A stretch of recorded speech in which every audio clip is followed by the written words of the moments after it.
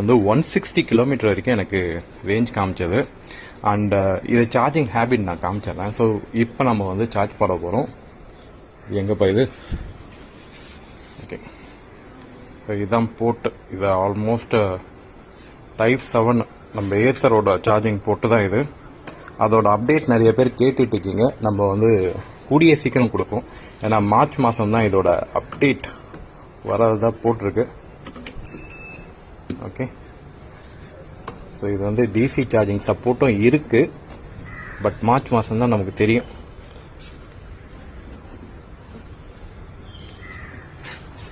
ஒரு அழகாக ஒரு ஸ்டிக்கர் ஒட்டிட்டேன் சார்ஜிங் அப்படின்னு போட்டாச்சு.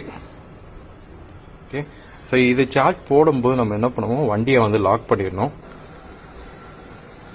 ஸோ சார்ஜர் ஒயர் போட்டாச்சு, நம்ம இன்னும் ஆன் பண்ணலாம். ஆன் பண்ணுறதுக்கு முன்னாடி நம்ம என்ன பண்ணோம்னா வண்டியை வந்து லாக் பண்ணணும். வண்டியை லாக் பண்ணிடுவோம்.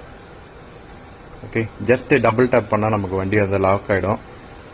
லாக் பண்ணியாச்சு.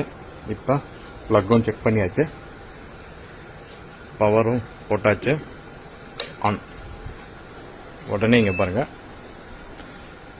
இது இனிஷியலைசிங் ஒரு ஃபியூ செகண்ட் எடுத்துக்கும். 10 செகண்ட் கிட்ட இனிஷியலைஸ் ஆகிட்டு இப்போ சார்ஜ் ஆகிடும்.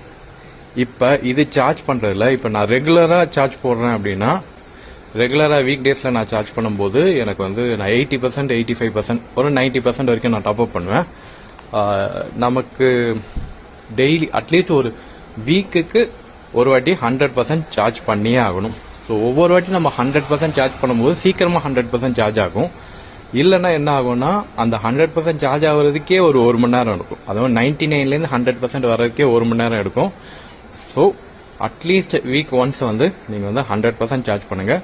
100% சார்ஜ் பண்ணால் மட்டும்தான் செல் வந்து ஈக்குவலாக பேலன்ஸ் ஆகும். இல்லாட்டினா உங்களுக்கு ஒரு செல்லில் வந்து சார்ஜ் ஜாஸ்தியாக இருக்கும், ஒரு செல் வந்து வீக்கர் செல்லாக போயிட்டே இருக்கும். ஸோ முடிஞ்ச அளவுக்கு எலக்ட்ரிக் வெஹிக்கிளில் வீக்லி ஒன்ஸ் வந்து நீங்கள் 100% சார்ஜ் பண்ணுறதுல தப்பு கிடையாது. என்எம்சி செல் அப்படின்றதுனால 20லேருந்து 80%குள்ளே நீங்கள் சார்ஜ் பண்ணுங்கள். அது வந்து பெஸ்ட்டாக ஹேபிட்டு. இது வந்து ரெகுலராக சார்ஜ் பண்ணுறதுக்கு வீக்லி ஒன்ஸ் வந்து 100% சார்ஜ் வந்து மெயின்டைன் பண்ணுங்கள். அப்போ பேட்டரியோட ஹெல்த் வந்து சூப்பராக இருக்கும்.